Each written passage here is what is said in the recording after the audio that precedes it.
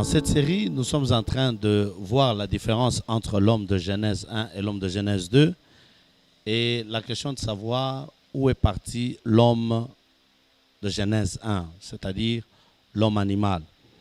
Nous étions en train de dire, en lisant le livre de Genèse 4, lorsque nous arrivons au verset 14e, on dit, Genèse 4, 14, « Voici, tu me chasses aujourd'hui de cette terre, je serai caché loin de ta face, je serai errant et vagabond sur la terre, et quiconque me trouvera me tuera. L'Éternel lui dit, si quelqu'un tuait Caïn, Caïn serait vengé cette fois. Et l'Éternel mit un signe sur Caïn pour que quiconque le trouverait ne le tuât point. » Voici ce que le Seigneur a fait. Caïn a dit, si on me trouvait, on allait me tuer. Dieu n'a pas dit, non, Caïn, il n'y a pas des humains, il n'y a pas d'humains. Non. Dieu, par contre, renchérit, il dit, je vais mettre un signe pour que celui qui te trouvera ne puisse pas te tuer. D'où venaient les gens que Caïn avait peur pour qu'ils ne puissent pas le tuer? Caïn avait peur de qui? Nous rentrons pour dire que dans Genèse 1, Dieu a créé des humains, beaucoup d'ailleurs. Dans Genèse 2, il a pris un homme, Adam, en qui il a mis l'esprit. Où sont partis ces gens-là? Lisons maintenant Genèse 6. Genèse 6, nous commençons par le premier verset. Nous lisons. Lorsque les hommes eurent commencé à se multiplier sur la face de la terre et que les filles leur furent nées, les fils de Dieu virent que les filles des hommes étaient belles et ils en prirent pour femmes parmi toutes celles qu'ils choisirent. Alors l'Éternel dit, mon esprit ne restera pas toujours dans l'homme, car l'homme n'est que chair et que ses jours seront de 120 ans. Les géants étaient sur la terre en ce temps-là, après que les fils de Dieu furent venus vers les filles des hommes et qu'elles eurent donné des enfants. Ce sont ces héros qui furent fameux dans l'Antiquité. Voilà, Dieu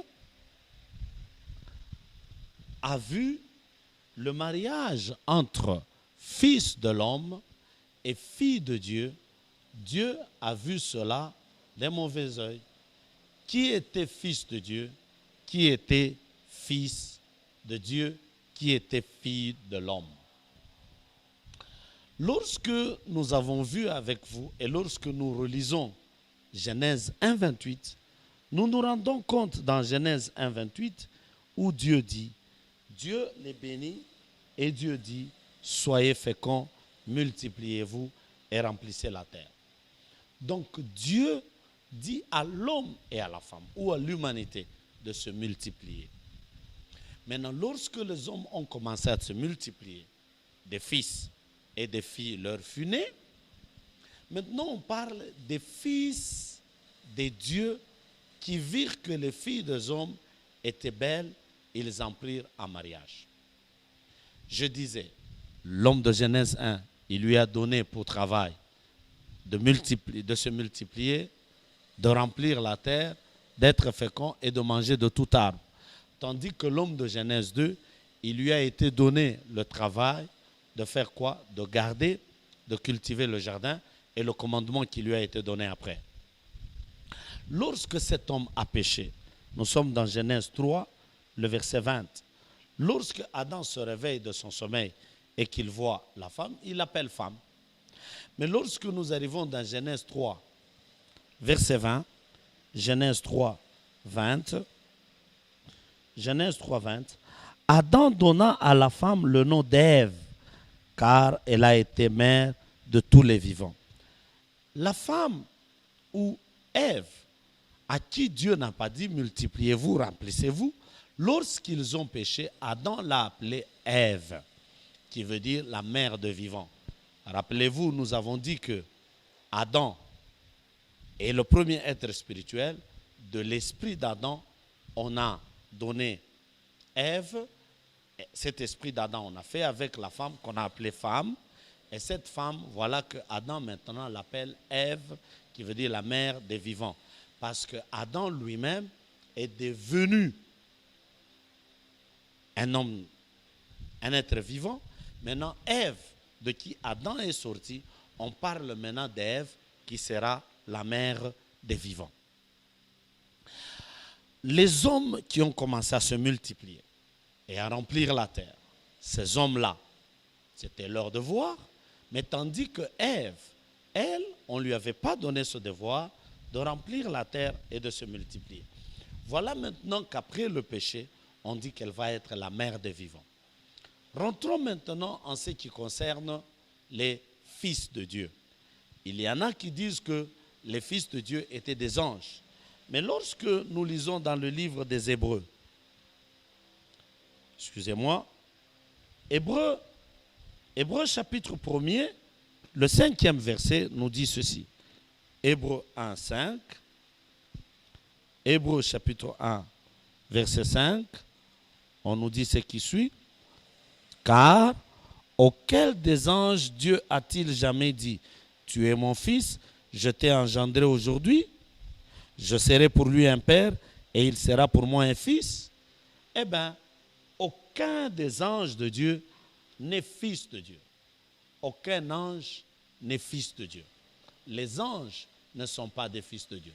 Donc celui qui dit que ce sont les anges qui sont venus et qui ont vu les filles des hommes pour les prendre en mariage, eh bien, qu'il le relise un peu la Bible, il va se rendre compte ce que Hébreu nous dit, aucun ange n'est fils de Dieu. Qui est alors fils de Dieu?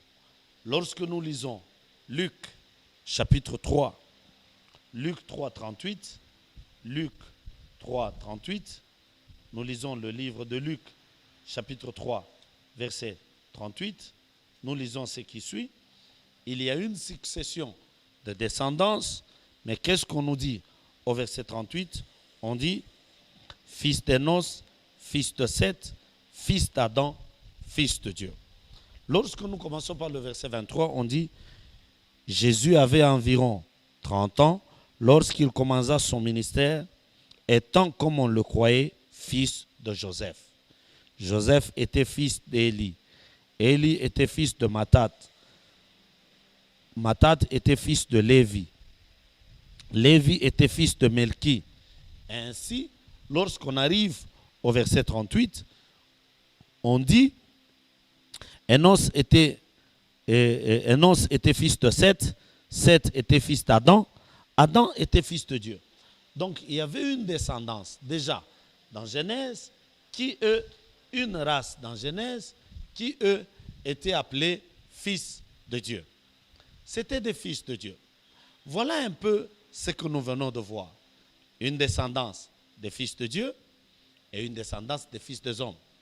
Mais alors, il est écrit que les fils de Dieu virent que les filles des hommes étaient belles, ils ont pris en mariage.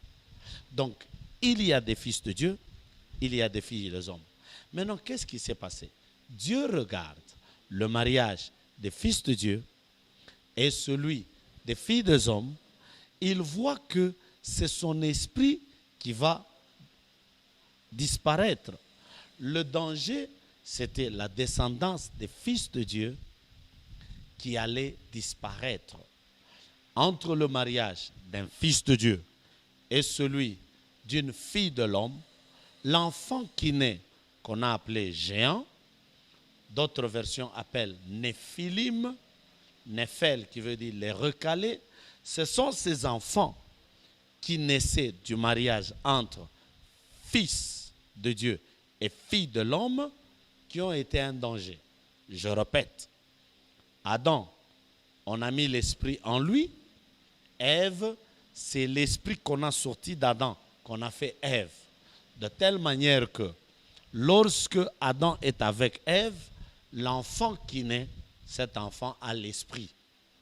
Tandis que un enfant qui a l'esprit issu d'Adam lorsqu'il prend en mariage une fille de l'homme qui n'a pas l'esprit, l'enfant qui naît, c'est un enfant qui n'est pas pur. C'est un enfant hybride. Il est,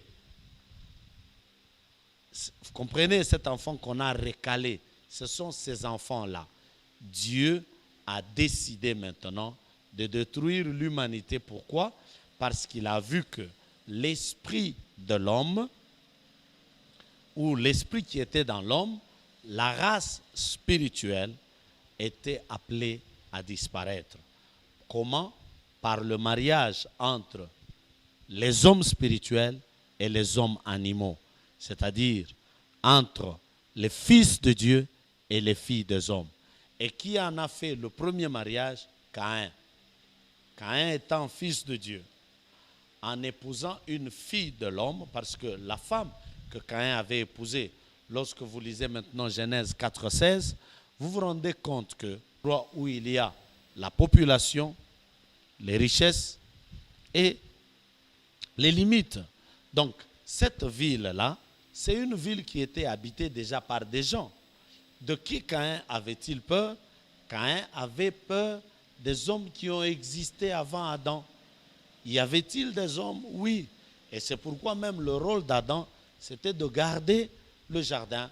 Contre qui? Contre ces hommes. Il y avait des hommes qui ont existé avant Adam.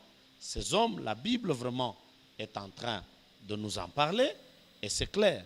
Le mariage entre fils de Dieu et fille de l'homme, c'est ce mariage dont Dieu dit, si je laisse ce mariage, la race spirituelle va disparaître. Maintenant, qu'est-ce que Dieu a constaté? Il a constaté, heureusement, une famille qui a été appelée comme juste, c'est-à-dire Dieu a constaté que Noé, la femme de Noé, étaient tous issus des êtres spirituels. Non seulement ça, les 3 enfants de Noé, avec leurs femmes aussi, c'étaient tous des êtres spirituels. Dieu a considéré cette famille comme étant une famille juste.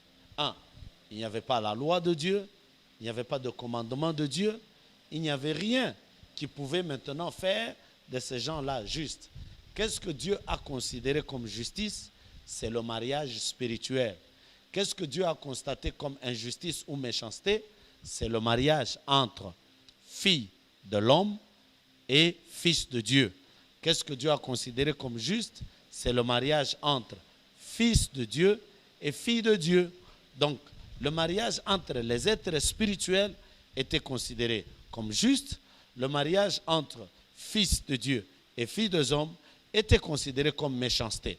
Mais maintenant, lorsque Dieu a mis cette descendance des fils de Dieu et filles de Dieu qui ont fait le mariage, c'est-à-dire la famille de Noé, ainsi que ses enfants, leur mariage, Dieu considéra maintenant ce mariage comme juste. C'est ces membres-là que Dieu a mis dans l'arche, et tous les restes des humains, ils sont morts. Où sont les hommes animaux? La réponse est simple. Ils sont morts. Y a-t-il maintenant des êtres qui ne sont pas spirituels? Non, il n'y en a plus. Parce que c'est Noé et sa famille qui ont maintenant peuplé la terre. Maintenant, nous n'avons que des êtres spirituels.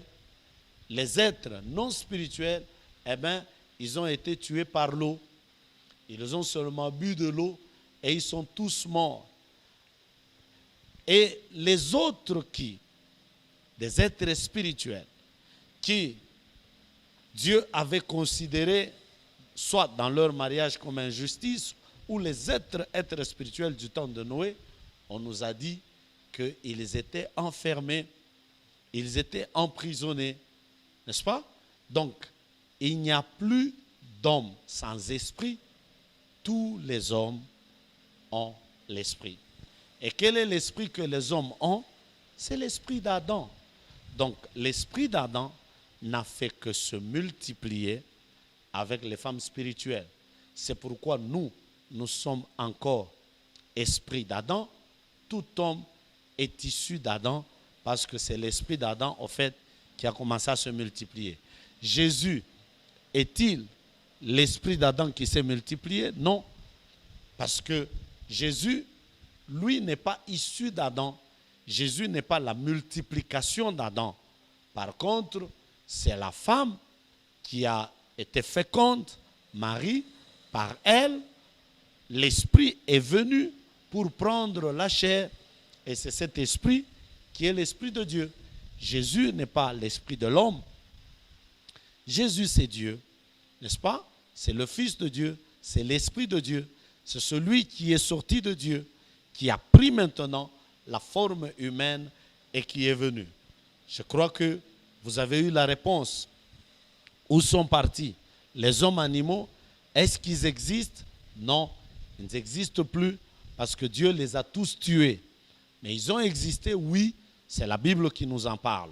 Donc Dieu dans Genèse 1 a créé l'homme et la femme, à qui il a dit multipliez-vous, remplissez la terre, tandis que l'homme de Genèse 2, on ne lui a pas dit de se multiplier et de remplir la terre. Lui, il avait pour devoir garder, cultiver le jardin, et en plus de cela, Dieu lui a donné un commandement en disant ne mange pas, car le jour où tu mangeras, tu mourras. Parce que lui, c'était un homme spirituel.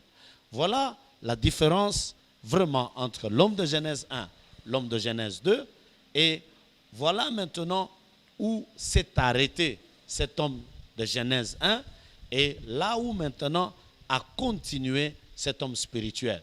Et de tous les hommes spirituels maintenant, ils n'ont qu'un seul ancêtre, c'est Adam.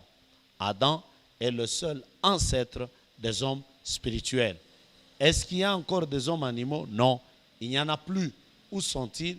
Ils ont été tous saccagés, ils ont été tous tués par l'eau de déluge. C'est l'eau de déluge qui a exterminé tous les hommes animaux.